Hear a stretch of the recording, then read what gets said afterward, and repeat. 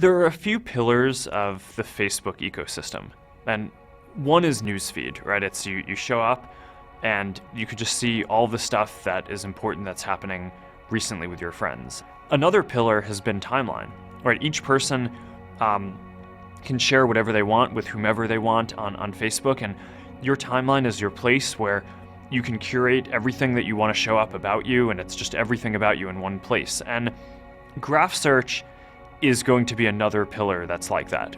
So there's really simple things that people want to do. They want to find all the photos they've liked. They want to find all the photos of two particular people, all the photos of their family. They want to find all of their friends who live in a particular city because they're going to visit there. And those are really hard things to find right now. You have to go to a bunch of different pages, you have to piece all this stuff together, and now it's easy. You can say what you want and you get the results.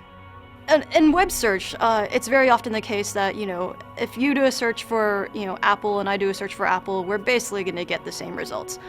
Maybe I'll get slightly more technical results based on, Apple Computer, and maybe you might care about the fruit a little bit more, but they're not that different from each other.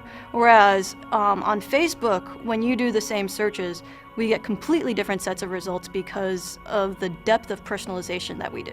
The types of questions that we can solve are kind of the slightly nuanced and social questions that you wouldn't typically think to ask of a search engine, that you wouldn't typically think that the internet could solve for.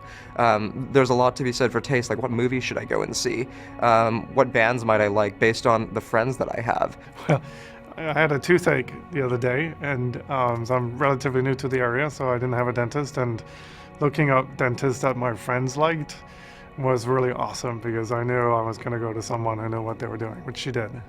It's interesting because most people today don't think about Facebook as a place to discover places where they could go eat or things that they could go do. But with this product, it's so natural to be able to do that. In the past, Facebook has really been primarily about mapping out and staying in touch with and communicating with the people you already know in the real world. But now we're building a product that can also be used to finding people you maybe should know, people who have common interests, people you want to work with. You can find friends of friends who have common interests, friends of friends who are interested in ballroom dancing or in running or hiking. And in many ways, what this will do is make your community feel a bit smaller, make the world feel a bit smaller. Today, we're really just starting off with a few basic types of things that you can search for. People, photos, places, pages for businesses, and that's just the start.